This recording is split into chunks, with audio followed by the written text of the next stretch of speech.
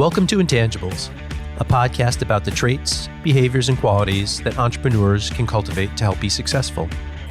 This podcast is created by Antecedent Ventures, an enterprise-focused seed-stage venture firm in New York City.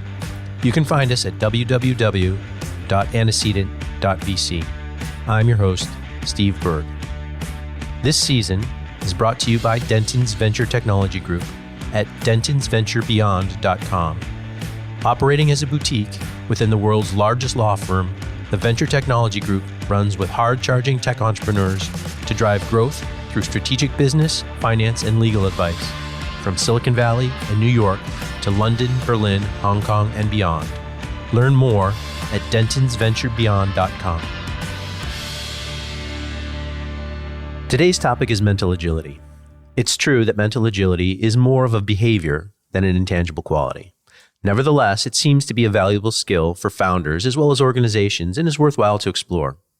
Companies and company leaders often set upon a well-mapped course, and they think of it as a failure if they don't reach the predefined destination. Many agree.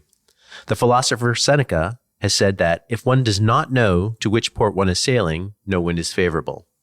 I might agree as well if the environment were static.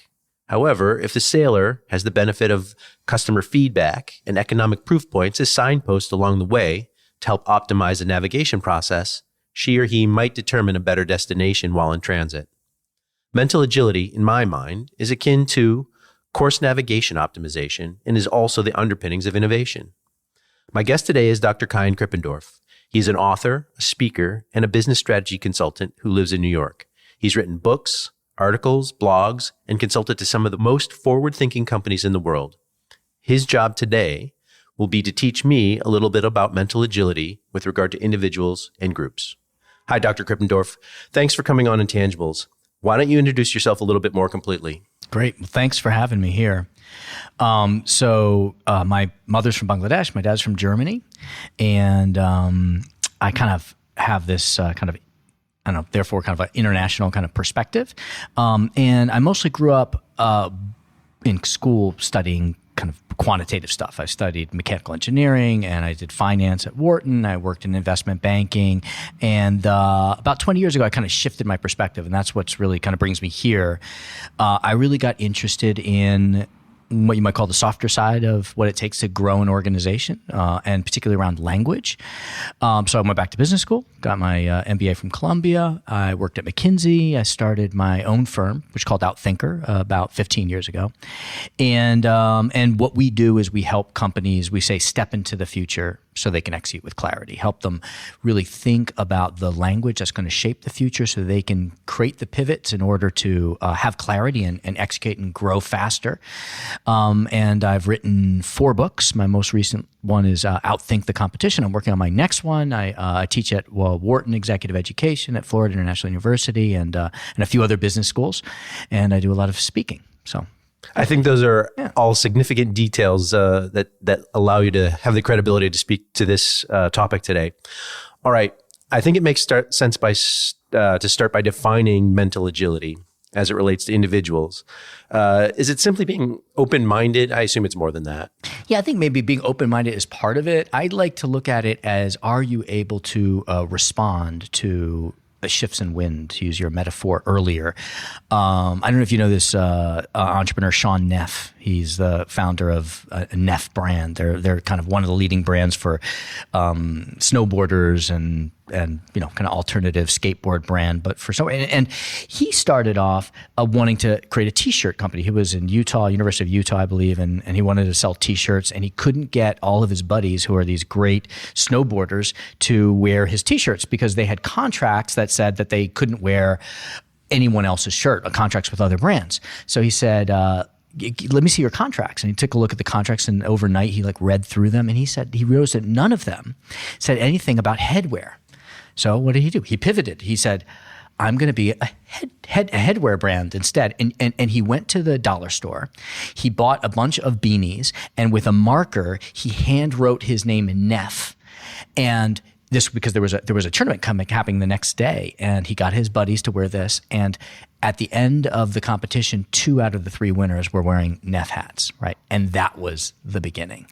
So for me, that kind of epitomizes what mental agility is, for at least what is useful about mental agility: the ability to observe what's happening, orient yourself to what that means, make a decision and act on that decision, which is a framework by a pilot called John Boyd, the OODA loop, OODA, observe, orient, decide, and act. And for me, that's the starting point. That's the starting framework of what mental agility is. Yeah, so that's very clever of him to understand his current environment and give what the environment actually took, right? In that situation. Yeah. So this guy, Sean Neff, yeah. Seems like a pretty interesting guy. Would you assign any other attributes to this guy besides being quick on his feet? Was he clever? Was he strategic? Was he humble? Like what kind of what usually is part and parcel of this mental agility? Well, as I started studying it, mostly in the context of strategy, I kind of broke it down into these different attributes. And when you hear people talk about mental agility, some people say, oh, it's about thinking about from the future and working backward, right? They'll say, oh, it's about understanding how things interconnect, or coming up with a different concept, or being able to make the right choices, or being able to engage other people in the choices you make. And I think those are the 5 things. I call it the ability of mental time travel, imagining the future, the ability of dissecting or seeing the interconnecting system. Expanding is about like shifting your frame to be able to see possibilities, analyzing, choosing from those possibilities, particularly the impossible possibilities, and then being able to sell people on that. Steve Jobs, famously had this reality distortion field around him. He was able to see the future and then bend people's perception toward getting on board with his future, which then becomes reality. Yeah. So those are the 5. So I think we'll dig into each one of those, sure. but in just a moment. In terms of mental agility, is there a scale or a spectrum? Can I measure this? Is there a way that I can know this is a highly mental agile company or person? Because I don't know how. I mean, in general, the way you improve something is once you can measure it. Yeah, that's right. I think that you can measure the attributes that would result in what mental agility will produce. Right. That's easier. Right. And there are a few measures. For my next book, what I'm really looking at is there's this whole area of intrapreneurial intensity, II, and there are some measures about it. And so to what level do your people, your employees, are they able to exhibit entrepreneurial behavior? There is a measure.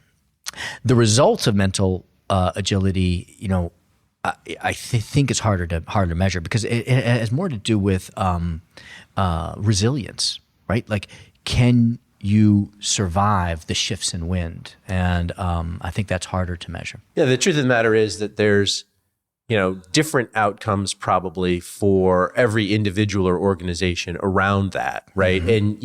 And it's really hard to set up something to measure in advance of things that are kind of changing in real time. So I can understand that.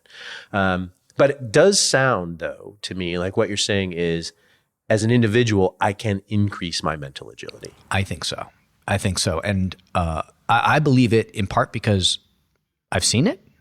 And in part because what's the alternative, right? To say, oh, I don't have it, so I can't develop it, right? That's a losing right, and I'm done. Mindset. And that's it. Yeah. Since I don't have it, game over. Right.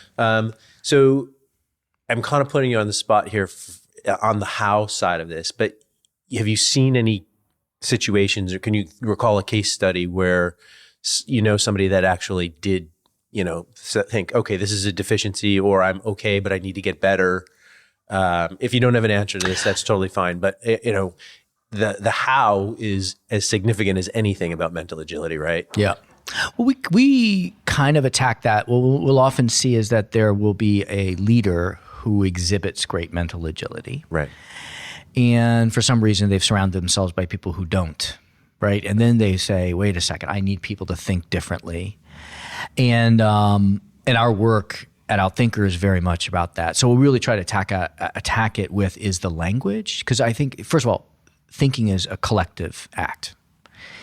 And it is done when it's done with between people in language. And knowledge is shared, thinking is shared. It's a communal act, right? So the material you would say of thinking is language. So we look at the language, right? So you could actually say code a conversation, and you could say how much time in this conversation did they spend thinking about the future? How much time did they spend debating two alternative conversations? And you can actually see in some conversations, they will just jump on the first one, or the boss will say, well, here are the two, we're going to go with this one, right? They've had no conversation. In other conversations, they debate it, right? And I think that Steve Jobs, going back to him, many of the great innovations that had built Apple, Steve Jobs was actually opposing of, and there were people around him who had mental agility who said, no, the iPad should be an e-reader, right? Because he said at first, no one's going to read. No one reads anymore, right?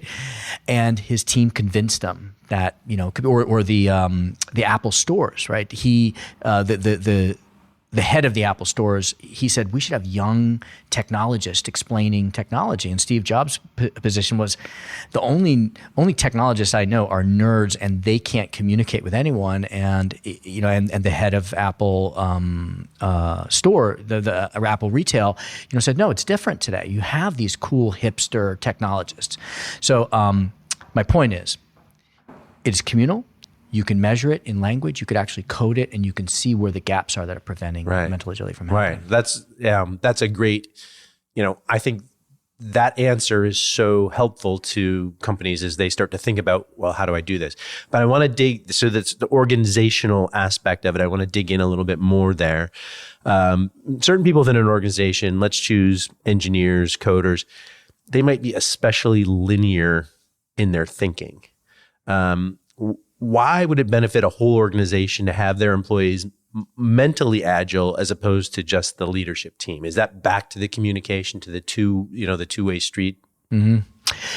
Yeah, I mean, two things. I think that there's a little bit of a dilemma because you don't want to necessarily rethink things in all parts, right? We do a lot of this within United Technologies or Lockheed Martin, right? And there you need to have 99.999% certainty that it's going to work. And if you're going to change how you made that thing, you need to be really sure, right? You don't want to rethink it too much, right? But in other parts of the organization, say how they set incentives or their HR policies or their marketing strategies, right? There you can experiment a bit more. So first point is you do want to be thoughtful about where you apply mental agility, where you don't. And I think you absolutely must have mental agility, not just in the top team, but you need to have it all around. Going back to that Steve Jobs examples, it wasn't him saying, oh, we're going to do it this way and go and execute it. And part of the reason is that as a company scales, there are too many decisions to be made, and that by the time they go up through the organization, the top person makes their mentally agile decision and shoots it back down. The world has moved on beyond it, right? So I think you absolutely have to encourage mental agility throughout the right parts of the organization. Yeah, I thought that the answer you were going to say, kind of relating back to the first anecdote, was, hey, you assess your environment and you may come to the same conclusion, right? There's not necessarily a reason that you just have to change. Your set of circumstances may have changed, but it still may result in doing the same thing the same way as you had. Yes. Right? Yes. And it's probably good that individuals below senior management do this, but understanding that the decisions are made, that it is hierarchical with an organization, and the decisions are made in a certain way for a reason. Yeah, right. And you want to build on your past decisions if you've done the thinking, and you don't want to build a new car every time you go to work, right? A lot of thinking has gone into that, and it works. So, yeah. But I think to me, the more important message is that whole organizations can and should establish mental agility. Absolutely. Right? Absolutely. Yeah. And there's a lot of research to say that is a smart thing to do, and that produces better outcomes. Right. So, all right, let's assume that an organization wants to go about becoming more mentally agile. How do they do it? And do they need to change the org structure or anything? Are there big internal adjustments, or is it more mental adjustments within an organization? And that's a lot. Yeah, you can break that down. Unfortunately, if you want to change broadly, it requires something more than mental adjustments. A framework that I like to use, and I don't believe any framework is actually the truth. It's just a way to explain. So this, but there are four things. There's your leadership, your structures, your people, and your culture. And those all interdepend on each other, right? If your leadership recruits the right people, if your people work under the right structure, if they're supported by the right culture, then you can get the outcomes that you want, right? So, on the leadership side, I don't want to say you need to, but it's really helpful if leaders mirror the type of behavior that they want to see, and that they support and encourage and celebrate that type. Oh, he rethought that. Oh, he failed and we learned, right? On the structures, there's research that shows that there are several things, and the three that I think are really important. The ability to put together cross-functional teams. So your organization's built in silos. Can you pull together a team that cuts across silos? And many organizations cannot. Incentives, obviously, that encourage mental agility, that encourage the risk that comes with mental agility, and importantly, slack resources, which is both money and time. Like, can you spend, the 20% of your time or the 10% of your time? Could you get $5,000 to run an experiment, right? And so in structures, those things are really important. On the people side, which is what you kind of began with, is encouraging mental agility, and there are certain attributes that seem to feed into that, like. People who exhibit mental agility, they have a broad awareness of the market and the customers, right? They're connected with the market. They have a willingness to take risks, but take calculated risks. They're intrinsically motivated to do it, right? You don't have to pay them $1,000 every time that they think differently, right? They want to, right? So there's certain attributes. You want to cultivate those, find people who exhibit those. And then finally on the culture, the kind of attributes that you would expect to see, does it encourage proactivity? Is it a culture that says, hey, I can go and try it and then come back. I don't have to ask permission to try, right? Yeah. Willingness to take risk. And again, being aware of the market. One client we were working with, and we were talking about kind of the market, and we're customers when there's mostly investors. They serve advisors who serve investors, and they were talking about where is the millennial investor. Well, how are their needs going to be different, right? And they said, "Oh, we need a research report." But what I pointed out was that they didn't have investors represented there. Like, they didn't have a with other companies, like kind of consumer companies, you'll see that they'll have a video of a typical consumer just talking about how they feel when they and what their emotional states are, right? There was none of that. So is that voice of the customer, the voice of the market, part of the conversation? And so this, again, I'm putting you on the spot a little bit here. I assume that, this is what your consultancy focuses on, is helping organizations with those, particular subtopics as they kind of leverage engineer points or something. And in your view, broadly, where are companies with regard to this? Do they need a lot of help? And thank God you're here, or is it is this a down the food chain problem that companies have, that they're a little older, a little stodgier, and you're helping them kind of rethink their skill sets and move into a kind of a best practices of what management do? I think it's very much an acute, broadly understood, urgent problem. Right. And I'm motivated not just to save organizations, but to save people. Like 90% of employees say they're disengaged at work, right? They're under these structures. This Gary Hamel calls it the wet blanket of bureaucracy that just suppresses human passion, right? So it's urgent. I think most companies are aware. And what is shocking to me is that the answers, for the most part, are well understood and researched and validated. Yeah. But most companies are still flailing around like, what do we do? This is a whole new thing, but it's not. The answers are clear. So they need to put the mental energy into how to unlock it, and sometimes they need you to help. Sounds like. Yeah. All right. So you touched on, briefly, a process for developing mental agility.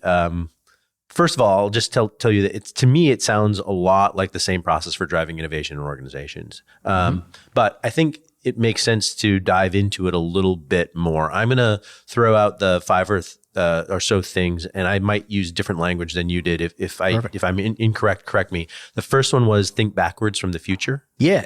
Think backwards from the future. That's about practicing what researchers call mental time travel. Being able to imagine a future and work backward from the future. Something humans exhibit, very few animals exhibit. I got to do this talk in Silicon Valley for the board members of publicly traded technology companies. Fascinating group. And they had all started and sold tech companies, and now they were kind of ambassadors guiding other companies, and you can see the way they think is they go out and they think like 10 years from now. And then they think this year. There's a phrase, I can't remember the name of the person who kind of coined it, but he calls it zoom out, zoom in. Mm-hmm. Zooming out 10 years, zooming in 1 year. And so that's what really thinking backward from the future. Like a chess player thinks 10 moves out, and then from that decides what the next move is. And executes one at a time. Yeah. Right. Yeah, I think to me the important part of what you're saying is similar to Seneca is you really can't get there unless you have a general idea of where you're going, right? If you start walking today, you could be walking completely the wrong direction. But if you have a general North Star, it'd be good. But just to push that a little bit further, a little more kind of in the philosophical realm, because at the stage of this first stage, which is what do you want, right? Unlike the other parts of the decision, that is a self-fulfilling. That's not the word I'm looking for. It is true because you say it's true. Your company comes together for a mission, and it's not that the mission is right or wrong for the world. It is we came together and we said, this is our mission. It's a declarative statement. It's like the Declaration of Independence. We are independent. We're independent because we said we're independent, right? And so it becomes true because you say it's true. Yeah, you define the future. Yes, you define the future. Right. All right. Second one, I believe, was discovering unexpected causes. Is that right? Yeah. So unexpected causes, unexpected leverage points, seeing the interconnection of things. Like I think about Elon Musk's Tesla, for example. It kind of attacks the energy problem at the consumption side. When most companies that attack the energy problem, they do it at the production side, right? So different ways to produce energy. And Tesla, part of his strategy, he said, was to create a demand in which alternative energies can compete with, fossil fuels, right? Or the Wright brothers. Other people were attacking the challenge of flight. Others were attacking it, as I understand it, looking at engines, and the Wright brothers were looking at wing structure. So it is about looking at the unexpected leverage point. Right. Yeah. Not only more ways to skin a cat, but better ways to skin a cat based on what the environment is giving you, right? Yeah. Or even and in a competitive environment, it could just be different, but because everyone's looking at one leverage point, by you looking at a different leverage point, you're going to see solution sets that they don't see. Sure. Right. So you're more likely to have the unique solution. Sure. And then spotting it is the key. Okay. So, and then I think the next part is shifting your frame, right? Yep. So the frame shifting is really about shifting the metaphor that you apply to the problem or the mindset or your perspective so that you can see differently. It's like, imagine this just joke of a guy who lost his keys in a bar, and then his friend sees him looking out into in the parking lot for his keys, right? And he said, why are you looking in the parking lot? Where'd you leave your keys? In the bar? Why'd you leave them? Why are you looking in the parking lot? Because this is where the light is, right? So we tend to look where we want to look, where we have the light. But if you can look look in the bar, look under the chair, look under the table, look from a different perspective, right? And so a lot of that has to do, and I use this set of 36 different perspectives that are from this ancient Chinese framework, which if we had more time or another thing, we could do a whole thing on that. My first 2 books are that, but there are these different perspectives. There's a perspective of let's coordinate things. Right. Let's create something out of nothing. Let's embrace what others have abandoned, right? There are lots of different perspectives. And so way you can get to that is by shifting your perspective by introducing a different metaphor. Think about Genghis Khan. He conquered more land than any other human in history, right? And his fundamental frame for warfare was a circle that they surrounded their enemies the way that when they would hunt, they would surround a herd and then they would shoot them with arrows. That was his perspective. A circle when everyone that he fought against was fighting on across the line. Right? It can be really powerful just shifting your perspective. I have come across that list of 36 things. I think, I do believe that's in, obviously, it's in another one of your books, and I would encourage people to go try and find that as well, because it was helpful to me. Great. Number 4, choose among ideas and questioning the impossible. Is that? Yes. So the next stage is like really choosing your ideas. And the risk is that the very different idea will always be inconsistent with something that people believe, right? There are lots of great examples. Like the CEO of Digital Equipment Corporation said, there's no reason for anyone to have any individual have a computer in their home, right? Thomas Edison said the phonograph is of no commercial value, right? The new thing, it's always easier to say why the new thing won't work, because the new thing will be inconsistent with what's already there, which drives you to then doing what's already been done. And so if in the conversation or in your thought process, you do not have a moment where you say, this seems impossible, and I could argue why it is impossible, but let's break down how we could make it possible. Or let's really look at, is it really, really impossible? Right? And so that is the 4th step in choosing, being able to consider the impossible. It's funny that is conventional wisdom, because my experience thus far suggests that the opportunity is always in the outlier, right? Whenever you find something that just doesn't make sense, that is the thing that you should begin to pay attention to, because there's where the opportunity exists. So it's weird. And I think it was Andy Grove. I think it's Andy Grove who said, when everyone else agrees, then be worried. Right. Last one, mental buy-in, right? Yeah. Bring it all together. Yeah, bring it all together. Because I'm going to say thinking is a collective act. And if you have the idea, but you can't convince your investors or your board or your customers, your partners, your employees, right? They're not going to see it. So it really is about taking your idea, which is going to be inconsistent with their frames, with their belief structures, right? And being able to frame it in a way that either it fits what they already believe or change their beliefs in order for your idea to make sense to them, right? And so that's not usually thought of as part of a thinking step, right? That's like, I thought of it, now let me sell it. But I really, because I believe thinking is a collective communal act, I believe that that's part of thinking. So, all right, an organization goes through these steps. Just as you describe them, it sounds logical, but it also sounds really hard. Is this a hard thing for organizations to really do? I think the answer is yes. Maybe the better question is how hard? Is it easier for startups to be able to do, just kind of based on their state of being? Yeah. How heavy of a lift is this? If a company wants this, what are they going to have to give for it? Yeah, no, it's a heavy lift because just the volume of years of doing it one way is like a titanical momentum that you've got to try to turn if you want to do it across a whole organization. The smaller the organization, the easier it is. On average, other things being held equal. The payoff is huge though. And there are ways to trick the system.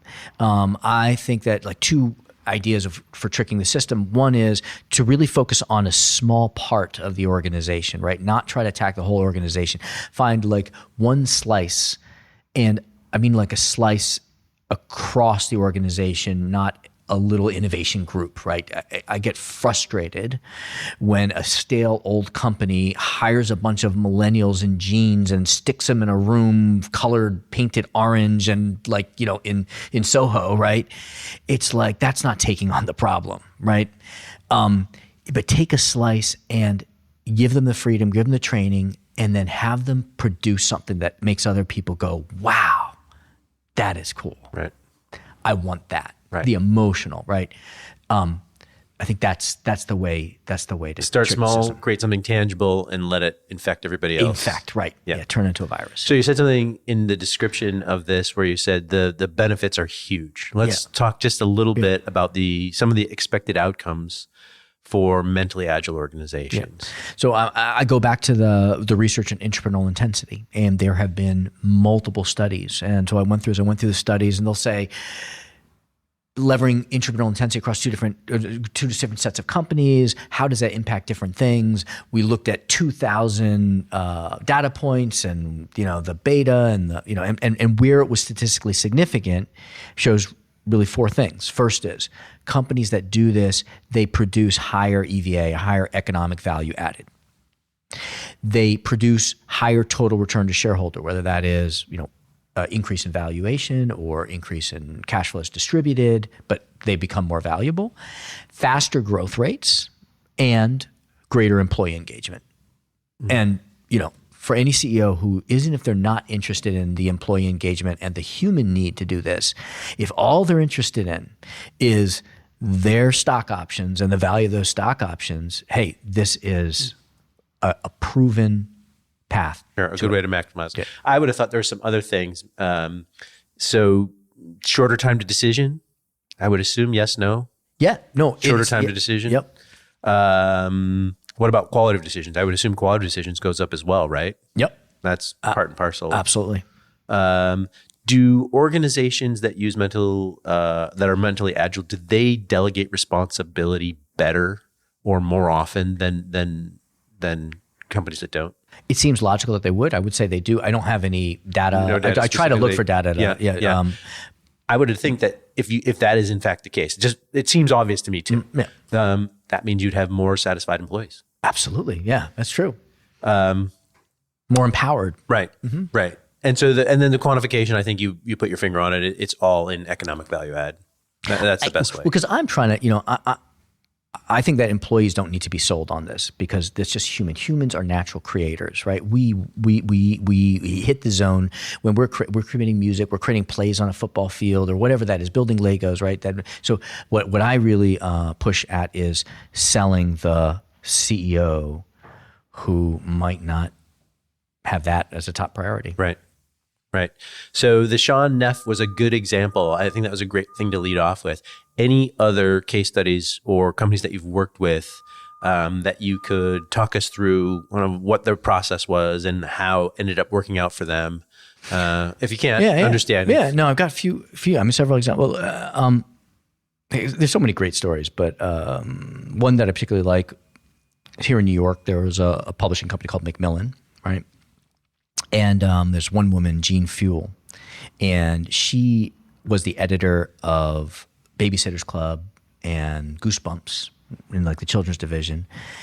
And she's got this great mental agility and she's just creative, right? But when she was given the permission, if you will, to apply that not to the product, the book, but to the business, we created a space. We said, we're going to spend a day just talking. We're going to talk about imagine, talk about dissect, talk about expand, talk about create space for the impossible ideas to be discussed, right? Put away the phones, clear the agenda, right? When that happened and she applied her creativity, she came up with what became, if you understand the printing, the publishing industry, a truly disruptive, impactful idea, which was a whole new way of engaging would-be self-published authors. And they created this platform they called Swoon Reads that enables romance authors to submit manuscripts and a community that would give them feedback on the manuscripts. And then it became like a Dancing with the Stars kind of competition. The top 10 become the top 5, 3. Macmillan picks the winner, and the winner gets a publishing contract, right? And so on one hand, it's a kind of a crowd-sourced platform. You could put words on it. But if you think about it strategically, their business was at risk of being fundamentally disrupted because if I can publish on my own on Amazon and keep all the money for myself, why would I ever need a publisher? The only people that would need a publisher are people who can't get published on their own, who can't find their own audience, right? And they put themselves right in front of those people. They at least partially insulated themselves from a fundamental disruptive threat. Creating community engagement. Creating community engagement. And it came by letting one person with mental agility apply that mental agility to the business, not just the product. Right. That's a perfect example. I've heard that story. My recollection is that the first time that she gave the idea to the senior team, they're like, "Oh no, that's a terrible idea." Yeah. Right. But she kept fighting for it, Right. and ultimately, Of course, it's always that way, right? Yeah. Well, it was good. They ended up taking a kind of a lean startup approach. She got a group of people to do it just out of hide, nights and weekends, and the boss said, well, as long as you're still getting your work done, you can do this on your own time. But people were passionate enough, because people are natural creators. They're passionate enough to do it, and they didn't spend a lot of money on it either. It's really about human passion and not the boss throwing money on it. That's a great story. And as I think about the list of 5 things, I see the shifting your frame in there. I see the mental buy-in. I see the questioning the impossible. It's all in that story. And then on the imagine, working back from the future is imagine a future in which nobody needs a publisher, because they can just publish it on they put PDFs on Amazon. Perfect. So actual practical use of a strategic framework. Oh my God, I'm going to drop dead. And so I think the last thing, and I don't even really need to just go over it. It really, in the examples that you've given, the important part is that the approach comes from the senior team, that they embrace this, and then the rest of the company buys into it. Is that right? Or is it? I would frame it a little bit different. I would say the senior team gives permission for this to come up from the bottom, as opposed to they adopt it and then they cascade it down. Perfect. Well, I'm glad I asked that. All right. So before we close, anything else you'd like to add? Any important elements that we didn't cover regarding this? No, this is really rich, and we went in a depth that I didn't even think we'd get to. So super. Okay. And for the listeners listening, where can they find you? So you can find me in 2 places. Yeah. My company is outthinker.com. Right. And kind of my author speaking website is kaihan.net, KAIHAN.net. Okay. And from the first one, that's how they can hire you. They can hire me either way. Either way, they can hire me. If you want to give me a speech, if you want to, but you can contact me either way. Just want to make sure that this works out for all of us. Okay, let's end here. Dr. Krippendorff, thank you so much for your time and your insight. I enjoyed it. I think it's very helpful, and hopefully founders and companies will be able to take a lot away from this. Thanks so much. Thanks for having me. This has been Intangibles, a podcast created by Antecedent Ventures. Find out more at www.antecedent.vc. I'd like to thank Denton's Venture Technology Group at dentonsventurebeyond.com for being the sponsor this season and a supportive partner. Operating as a boutique within the world's largest law firm, the Venture Technology Group runs with hard-charging tech entrepreneurs to drive growth through strategic business, finance, and legal advice, from Silicon Valley and New York to London, Berlin, Hong Kong, and beyond. Learn more at dentonsventurebeyond.com. I'd also like to thank Ben Glowy, who has been instrumental in helping me record and produce this season. I couldn't have done it without him. Find him on Twitter at visible_sound. And thank you. Keep an eye out for the next episode, and if you like this one, leave us a favorable review. I'm your host, Steve Berg.